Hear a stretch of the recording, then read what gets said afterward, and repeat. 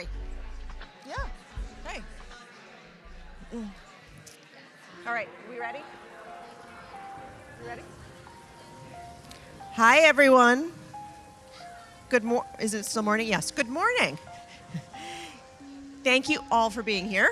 I am particularly excited about this topic because it is one of near and dear to our hearts at American Student Assistance. So my name is Julie Lammers, and I am the Senior Vice President of Advocacy and Corporate Social Responsibility for ASA. We are a national nonprofit focused on changing the way young people learn about career and navigate a path to education and career success.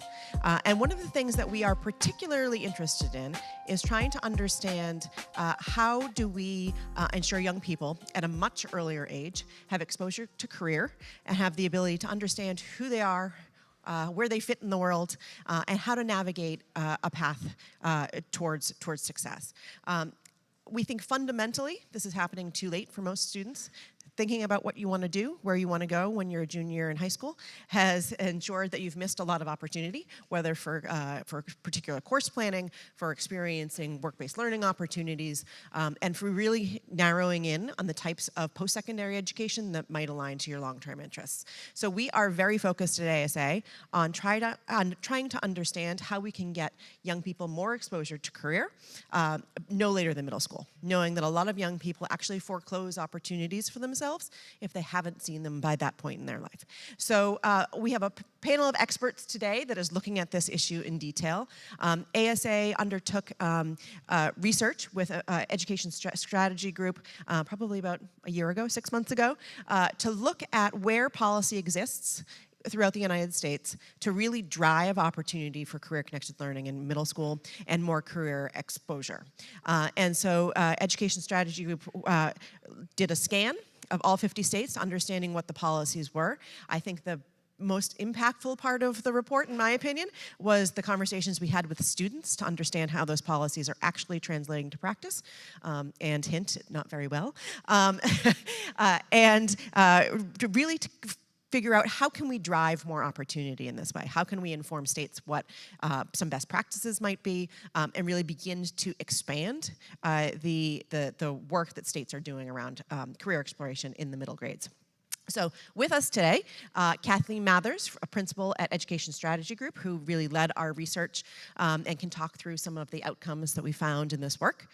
Stephanie Simpson, who is the CEO of the Association for Middle Level Education and does a fantastic work trying to support the middle-level educators and has been a partner with ASA on trying to expand access to career readiness opportunities in that space. And then Paul Herdman from Rodell of Delaware, who has been leading the charge in the state of Delaware around expansion of statewide efforts around middle school career exploration. So thrilled to have you all here. Kathleen, maybe we can start with you just to go through some of the high-level findings of the report and what you found of most relevance. Sure, happy to. Glad to be with all of you this morning. As Julie said, we looked across all 50 states in DC, specifically at middle school career exploration in terms of, have they set a vision for this work? Have they begun to build policy around that vision? And have they likewise begun to build infrastructure to support implementation of that vision and those sets of policies? So we looked far and wide. One of the drivers of this was the shift in Perkins that allows for those dollars to support this work at the middle school level. So that was sort of an active priority that we had in our minds. To what extent are states sort of taking advantage of that opportunity? And I think the good news across the board is that there's a lot of very strong yet nascent work in place across the country. And frankly, you would expect it to be rather nascent at this point because the shift to career exploration at the middle school level is relatively new. Across the country, we found that states have done a very good job at recognizing the opportunity in Perkins to use federal dollars and attach some state dollars to their work. By and large, they have pretty strong definitions in place of what they mean by middle school career exploration. They've taken early steps to put policy pieces in place. What are the requirements? Are we going to have individual career and academic plans? What are the associated activities? What is required? What is optional? Really kind of building that repository. And then our biggest category was around infrastructure. So are they also building the necessary pieces to support implementation? So are they providing teacher training, advisor training and development? Are they building associated resource to support implementation? Do they leverage their CTSOs, their career technical student organizations in this work? Do they have an advocacy organization that's really coming to the table to advocate for this more broadly? So those were sort of the big buckets that we looked at. As I mentioned, they've done a pretty good job at establishing definitions. They've done a pretty good job at beginning to build policy. And they've done a pretty good job at beginning to build that infrastructure. But a lot of it are the early foundational pieces that you would expect to be in place at this point. Where we saw gaps in the work is in that more sort of advanced posture for career exploration. Number one, the student voice was essential to this. Julie's absolutely right. There is a gap between the policy vision and the implementation that's happening. Students, by and large, told us that, number one, they're still getting most of their career guidance from family and friends. They're not getting as much in school. What they are getting in school tends to be more paper pencil activities. So while a state policy might say every student is going to have a plan or an interest inventory, it's turning into sort of a checklist. Do this once in a while, revisit it next year, go back to your paper and make some changes. And what students are really craving is authentic hands-on experiences. As a student, I really want to understand, I know what a teacher is. I don't know what an electrical engineer is. How do I know if I'm really interested? How do I know what that is? I know what math and science are, but what does it mean to be an electrical engineer? And how do I get some authentic experiences to test my interest, my aptitude, whether that's what I really want to do? There's also room to grow in terms of a connected vision across states that we've done a pretty good job at defining, not codifying yet, but defining what we mean by this. But how does that connect to and through the work we're trying to do in our secondary, our high schools? How does that connect to what we're trying to do in post-secondary education and training and workforce development? What is that arc from middle school to the good job? And that's really underdeveloped at this point. Also underdeveloped is the broader ecosystem. So while we have our state education agencies really primed and sort of at the center of this and trying to push this agenda forward, they alone can't do that work. They need a coalition of the willing. They need a set of champions in their state community who will come to the table and advocate for the importance of this work to be done really well. So kind of big picture, where we're doing well and where we have gap areas, and I'm sure we'll go a little bit deeper in the conversation. Yeah, and one of the things I think that was very clear in the report is there is not a lot of understanding of data and accountability around programming, that there might be things that are being done in an individual classroom, not a lot of assessment or understanding of how that works and what the learning outcomes are for those types of activities. And you found that across the board, correct? Across the board, a lot of work on the input side. What are the policies we're going to put in place? What are the resources we're going to place? What are the activities we're going to ask everyone to do? Less focus on how will we know we've been successful, right? What is the vision? What are the key performance indicators? And what is the data we need to collect to be able to understand how well this is happening in practice across states? And take that a step further, to what extent are we building this into our metric systems that matter, our accountability systems, state and federal level? So thank you for pointing that out. It's very nascent. So Paul, Delaware has been at this for a number of years now, right? And it is a part of a larger pathways program that the governor, multiple governors ago, right? 3 governors ago now, wanted to undertake to understand how can we build better career-connected learning in the state of Delaware.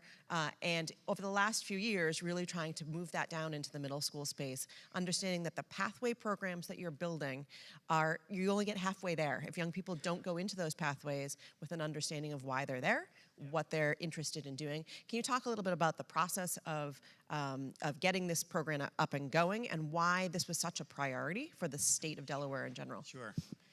And I might say that just on the front end, I mean, obviously we're going to a lot of different sessions, and you're trying to glean something useful out of this. I'll just start with one useful resource, which is our website, delawarepathways.org, has a whole dedicated section around middle grades that has all the resources that I'm referencing here. So just as a context piece. I would also just say that in terms of the big picture, and then I'll speak quickly to Delaware, one of the challenges, I actually had an opportunity to go look at career pathways outside the US in several countries recently. One of the things that came across to me is that we are extremely fragmented. And so I bet each of you has islands of excellence in your given states, but there are really no systems of excellence in any given state, sort of to your point. And so part of what we're trying to do in Delaware is build that system of excellence. And I would say, in terms of the origins of this, I actually just presented at our Delaware Pathways Conference yesterday. And it was basically our 10-year anniversary. And somebody who was on the panel 15 minutes ago, Luke Ryan, and I met in Switzerland because we were doing some benchmarking based on, frankly, a fear that had developed in Delaware. On the heels of the economic crisis around 2009 to 2013, there was a big fear that we were going to lose one or more of our major companies because they were basically saying, we're just not preparing our young people. The world's changing too fast. So we started to go and look at what was happening in Switzerland, Germany, Singapore, et cetera. Long story short, we got one pilot going of 27 students. We've had catalytic investments. We've married together, and we can talk about how we've sort of worked to braid federal resources to make them a little more aligned and coherent to be able to stretch them further. But we now have about 30,000 students in our career pathways efforts, which in a state where there's about 10,000 students per grade, that's close to 70% of our high school students are involved in a pathway which includes a work-based learning experience, industry-recognized credential, access to college credits. But I would say there are two significant challenges which actually drove us to the middle grades work. One is, we still have a lot of work to do to make this consistent, high quality. But the other thing is that we saw some significant issues around equity and access. And so when we did some analysis of what kids were going into each of the different pathways. We have now 24 different pathways from that one that started in 2014. And kids of color, kids with disabilities, were actually going into different pathways in fairly consistent ways, but they weren't finishing in them in consistent ways. And so one of the things that we said was maybe we could start earlier. And a big part of this effort, and that ASA was a part of this, along with Bloomberg and the Walton Foundation and some federal dollars, we started a pilot, basically some research on this 3 years ago. And the first 2 years were really very student-centered. We had a whole student group. We had 30-some folks across the spectrum in terms of public-private players. And we actually paid students to help us with, in concert with those adults, what a high school-ready student would look like. And then from that, then backward mapped and said, all right, so what are the standards that we need to think about? And we have a bit of a playbook, but basically, we just started a pilot with 10 schools across the state representing about 5,500 students. And I actually just visited one of our schools on Monday and talked to some students, which is always the best part. But just to echo the comments made earlier, the students are very excited about actually doing stuff, to really kind of do some self-exploration, to get out in the field. They've got 15 different pathways that they're exploring while they're still in middle school. And the goal is to double that in the next couple of years and to really get to a place where we can build out sort of a framework that could be beneficial to all 30,000 middle graders. And what types of experiences, what does that actually look like in some of your schools in Delaware? Sure. So I'll just talk about this one school, Kumba Academy Charter School, which is in Wilmington. It's an arts-based charter school, so visual and performing arts. And so they start off with an exploration of who they are. There's a lot of issues around, discussion around self-identity. And then they do some work around sort of self-assessment around what they're interested in. But then they get out in the field. That we partner with Junior Achievement. Some of you may have a Junior Achievement in your communities where they actually do some role playing. But eventually what they're working towards in the first 2 grades, in 6th and 7th grade, they're working on sort of building a project that they could sort of almost like towards a capstone project. And then 8th grade, they're actually building out a capstone project around really being clear about what their interests might be and sort of their plan for high school might be. And I think it was interesting. I was sitting next to, just as a quick anecdote, one of my compatriots, one of my colleagues in my team, who's named Alejandra, and she's much younger. She's in her 20s, and she was just sort of nodding as we were talking to these kids, and she said, I was a first-generation college kid. My nearest high school was a vocational school. I went to the local school because that was the nearest school, even though I was interested in sort of communications and film and things like that. But she went in the HVAC sort of pathway because that was sort of the thing that she sort of like picked a box. She's now working with us on social media. She was sort of burgeoning film director. But she's like, if I had done this in middle school, like, you know, I would have had but she just didn't have the opportunity to kind of figure out what were some smart choices, because she didn't know what the implications of where she chose to go to high school would be, and what that could lead to later on. But main point is that the things that are hands-on, engaging, sort of involving other young people are the things that feel like they're the most resonant with the young people. And back to Kathleen's point about some of the policy implications of what we're seeing, how important has that state vision of career readiness really been in driving the types of programs and policies that you've put in place in Delaware? Yeah. So back in 2015, we worked with Governor Jack Markell, who put forward the Delaware Promise, which was that 65% of young people would have access to or have completed a degree or industry-recognized credential. And at the time, we were only about 50%. And from there, we kind of backward mapped into the whole Pathways effort, but we've been able to kind of pass the baton from this governor to the next governor. So now John Carney has continued that work. He's contributed substantially with our federal dollars to kind of advance this work. But that executive leadership is critical. I would say the other thing that's been helpful, and I know other states have done this, is to build sort of cross-agency, public-private leadership at the top of a given state, because this crosses over with Department of Energy, Transportation, Labor, Education. So having kind of leadership, cross-sector leadership.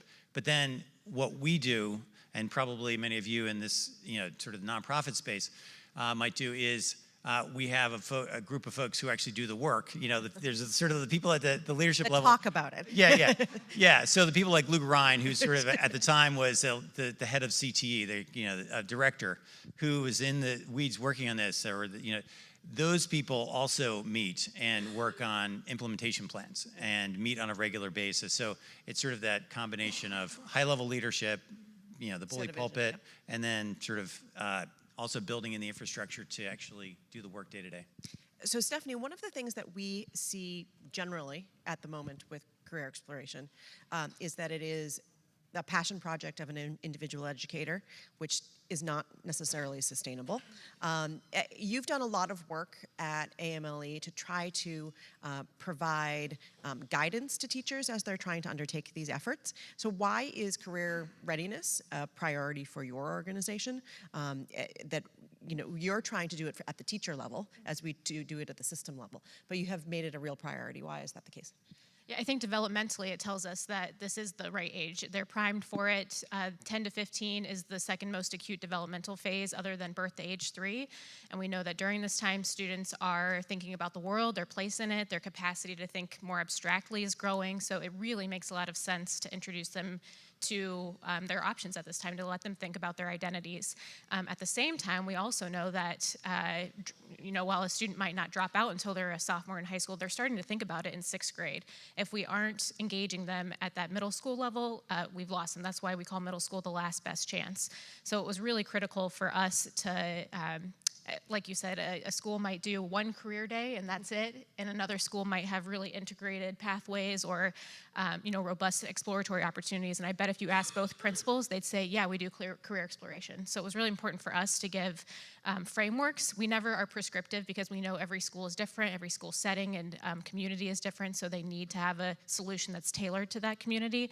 But we wanted to provide some guidance in terms of what good career exploration looks like, and we've been lucky to partner with ASA on helping to make some of those frameworks more available. And from, so Kathleen, the research really showed that education and training for teachers is not where we need it to be. Are there any states doing that particularly well? It's certainly something that Stephanie is trying to tackle on an individual teacher level, but at a statewide level, where are we with teacher training and support? We're making progress. We're not there yet. I think that part of the challenge that I hear in what you're describing too is that middle school career exploration doesn't necessarily live in one particular place, right? Responsibility for really executing against that set of priorities can fall with teachers, it can fall with work-based learning coordinators, with advisors and counselors, and so trying to understand the range of support that we need to provide to develop the capacity to do this work in a quality way with consistency and equitable outcomes is a pretty big challenge. I think states are approaching that thoughtfully and recognizing that there's more they have to do because there is so much inequity in how this is being delivered across the state. And they're taking some interesting steps forward. I think you all are mostly familiar with ICAP's individual career and academic plans that have largely happened at a high school level and are beginning to kind of find their way into a middle school setting. And there are states that are really moving forward with what does it mean to do that in a quality way? What is the role of our teacher, our advisor? You've got North Dakota that has put a state-level certificate program in place, for example, for facilitation of career readiness development, career exploration development. So it's recognition that we can't just have people take these paper pencil activities and hand them to them and say, now go do this well. But there's a real facilitation strategy that has to happen behind this. Colorado's legislature has put $1 million towards a similar effort. They've had ICAP in place for quite some time. They're really trying to bring that more effectively to the middle school level. And they've put $1 million into a training program so that that then becomes centered in all of their ICAP efforts across the state. So we're beginning to see that stretch and that recognition. There's a ways to go to get that consistency and the equity of effort there, but there's some really good work that's happening. What are you doing in Delaware around training and professional development? Yeah, well, one thing I wanted to actually just, I'll come back to that, but it just to build on your point real quick, in terms of the student supports, one thing I forgot to mention earlier around how some of the folks are using the resources, and this is not necessarily professional development, but it is, they've actually, we gave $100,000 grants to these 10 schools, and they married them to other resources. But one of the things that they found that was really critical was building student advisors. And so they had, they've now got a cohort of student advisors that work with young people. And I was actually talking to some of these student advisors recently. And they're doing everything from working with kids who are unhoused and figuring out how to navigate those issues to actually one I was talking to is saying that their family had to go to court. Nobody could take them there, and they were literally taking them to court and being there and serving as an advocate. So there's a sort of a wraparound set of supports that are also going along with sort of the academic pieces of this. On the professional development side, I would say we're early days also. I mean, I think part of what we're trying to do in this is sort of do it, develop something with the educators in these middle school pilots, these 10 pilots. And the idea is that they are building the playbook with these 10 schools, and that then there will be somewhat of an implementation roadmap, but it's pretty different in the 10 different pilots that we've got. There are some things that are tight, in terms of, you do have to have a plan around professional development and address the issues of equity, think about sort of the work-based learning experience, et cetera.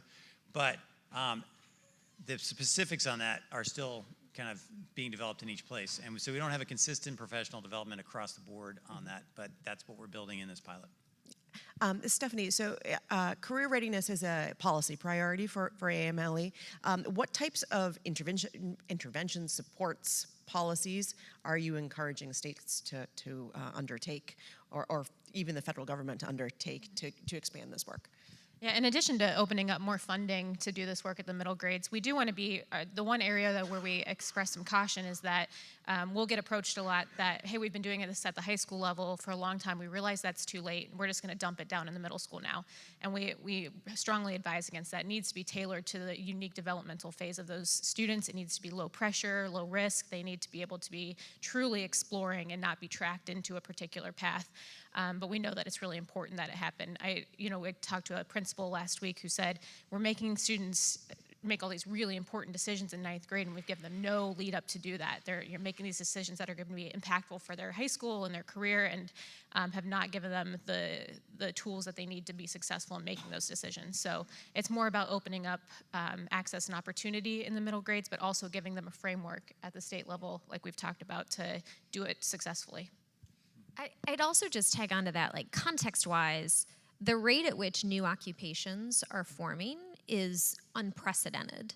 And there are many new occupational fields that are possibilities now that kids have never even heard of before. So like the semiconductor space, you hear more and more, you look at the growth of that field and more programs being developed. Tell a middle school student semiconductors the way you need to go, they're gonna look at you with their eyes glazed over, right? Like no idea what that actually means. So to your point, finding the developmentally appropriate activities to helping them explore that beyond a description that you put on paper, beyond a sort of checklist of if you're interested in, if you're good at, then you might want to go in this direction. What are the authentic experiences that you can provide in a low pressure sort of environment that help them eliminate things from possibility, move towards things in possibility, and understand that this is a lifelong development process, right? Like this is the starting point. You're gonna get more and more refined over time in terms of what you want to do, what you don't want to do, and discovering what you don't want to do is just as important as what you do want to do, so that we don't get kids so far down that path that they feel trapped in what they've chosen, and then they just step back and sort of drop out altogether because they don't know where to go.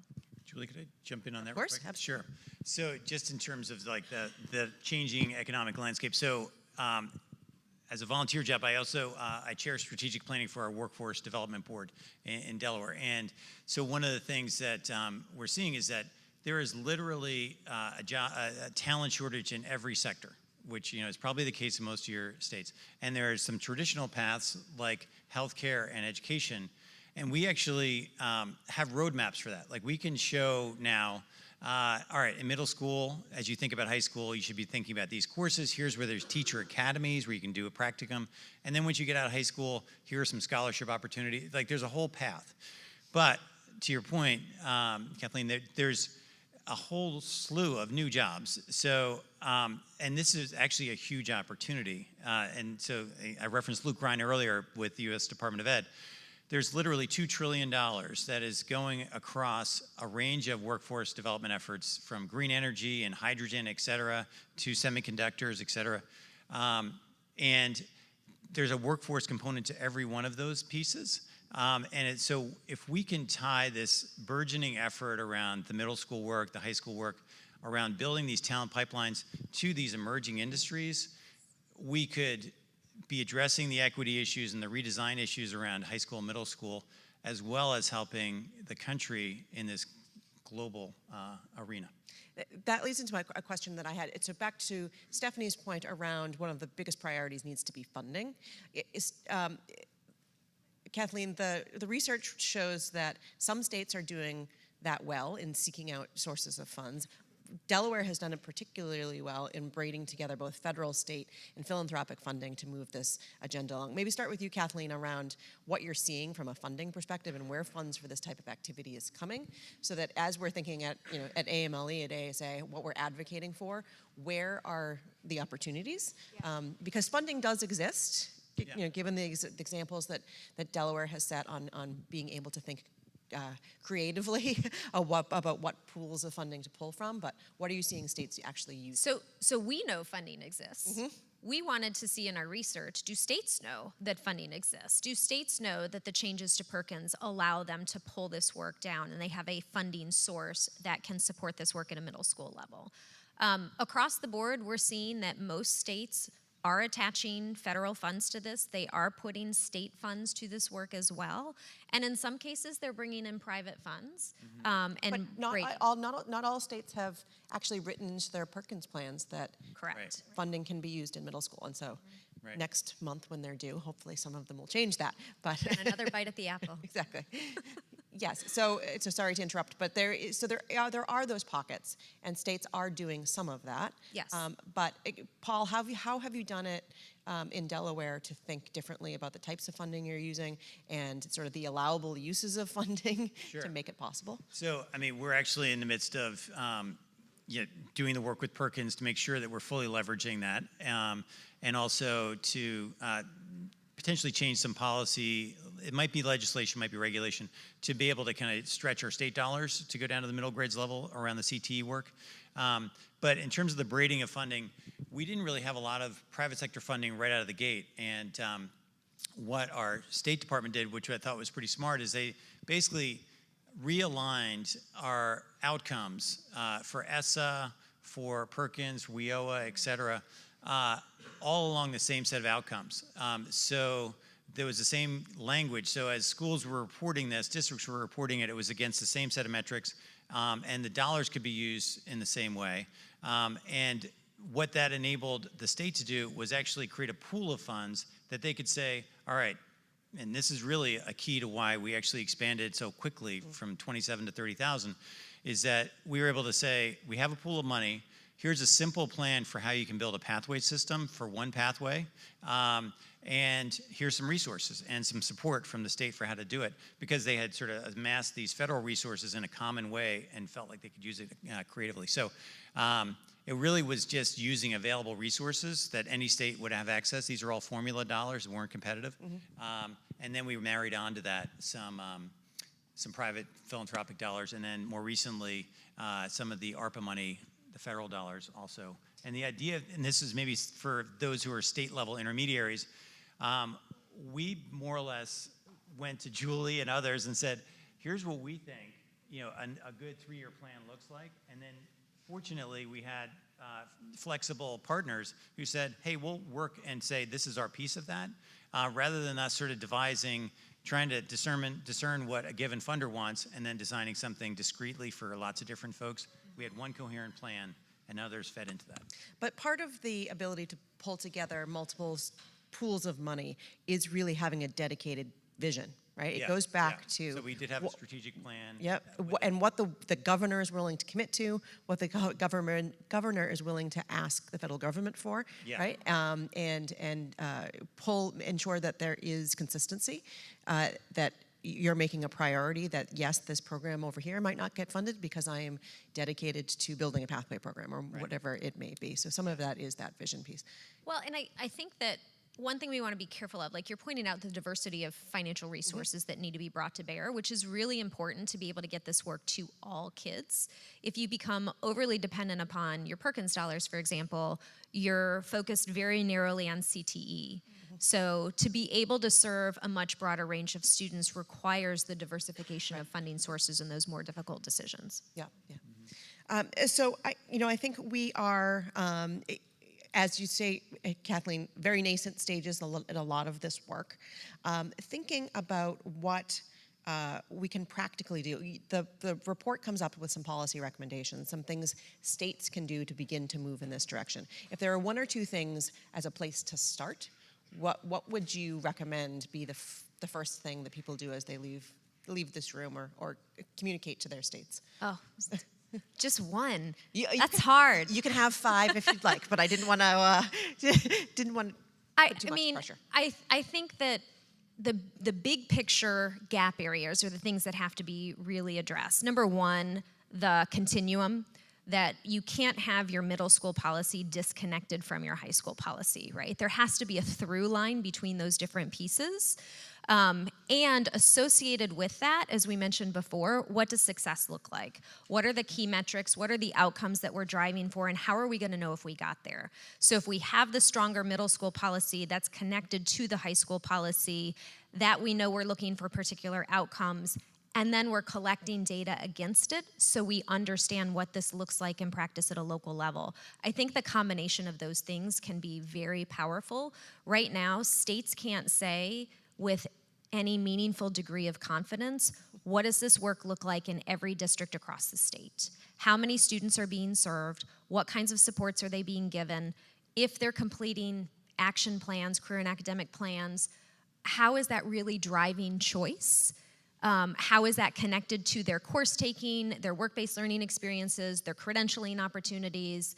All of that is very underdeveloped, and so those kinds of questions can't be asked and answered, which makes it difficult to go sort of the layer down. What kind of training do our teachers need? What additional funding sources do we need to attach to this work, right? So I think that's the big picture direction I would recommend. Yeah, Stephanie, from your perspective, what can states do to better support educators as they're trying to do this work? Yeah, I think there's a lot of fear for educators right now, to your point about semiconductors. A middle school science teacher, I don't know the first thing about that. I'm supposed to equip I'm a teacher. Exactly. I've always been a teacher. Exactly. So Biology major or a chemistry major, and now you're throwing semiconductors at me. exactly. But instead, it's communicating that it's more about giving kids confidence in their identity before they go to high school so that they're ready to make positive decisions. So it's about giving them ready tools. Like, we're excited that we partnered with Canva for Education and with ASA to create a set of templates that teachers can use for identity exploration with students, and those are available free on our website. So it's about giving them tools that aren't one more thing for that teacher who already has initiative fatigue, but just things that can really easily integrate into what they're already doing in their classroom. And do you see that happening pretty regularly? I know so the work that we've been doing together has only been in the last few years. Do you see a great uptick in demand for those types of resources from teachers? I definitely do. And I think that it's in response to them seeing that it's going to set kids up to be more successful in high school if they've done this work. So it's definitely trickling down more so over the last couple of years. Okay. Well, I was just going to say, to build on that real quick. If it's exciting for the kids, it's exciting for the teachers. I was a middle school and high school teacher. I actually was in a school in Texas, and this teacher I was talking to basically said, I was about to quit. I was just totally burned out. It was COVID, was killing me, et cetera. And the work they were doing was just so exciting because the kids were just really owning it. They were doing a lot of work around sort of giving students agency around when and what and how they learn. And it was inspiring to the teachers. And so I think there's a twofer here to some extent. If we can design something that is really engaging for young people, it's going to be helpful to retain and sort of attract young teachers as well. But yeah. And so, Paul, you've been on this journey with Delaware for at least 10 years now, right? With this work. Yeah. Where should people start in this process as they're trying to think about how to build towards better, more intentional career exploration activities for young people? Yeah. This is the middle school work is fairly new in Delaware, but it is part of a much larger plan. So where would you think is best to start? This is tough because we're a smaller state, but I think if I were in Texas, I would think about it more regionally, or California or something like that. But is building that common vision and amongst a cross-sector set of partners. So we have developed this thing called the Vision Coalition, and we're an operating foundation, so we can help convene people. But what we find in this very polarized world, we can get people on the Business Roundtable, CEOs, to the heads of our teachers union to agree on some core principles if you really build off of data. I think building that common vision, one of the things we worked on was we worked with a guy named Marty Linsky, who's an expert on adaptive leadership, and his definition is being willing to disappoint your own constituency at a rate that they can stand. And the idea is that he was able to go to each of us and say, if you are willing to give a little bit, we can get to this 80%. Everybody agrees that early childhood is important, that college and career access is important. So I think building a common vision, hard as it may be, is the starting point. But I think given where we are as a global sort of community with AI, et cetera, I think some countries are actually redefining what it means to be a successful adult. Like in Canada and British Columbia, they're basically building career readiness into that definition, so starting in kindergarten. And so I think it's an opportunity where we are to kind of rethink and rethink that definition of what we think success looks like for students. Wonderful. So well, that's not a small task to undertake, Sorry, but that's not a very easy start. but I think apparently the Paul common just vision- signed up for doing that. So. Yeah. I just think the idea of like building a common vision, because then otherwise, if you without that, you just continue to work in the silos and fragment it. And I think that's universally what we saw in the report, right? That the states don't tend to have a common vision of any of this work. There is great things happening in silos, maybe at the Department of Labor, Department of Education. They're not working effectively together. They're not thinking of a holistic view of how middle school will lead to long-term success. And in order to get to a point of success for all young people, we need to start thinking in that way. So with that, I appreciate our panelists being here today. I'm sure I've actually got copies of the report if anyone would like to have a copy.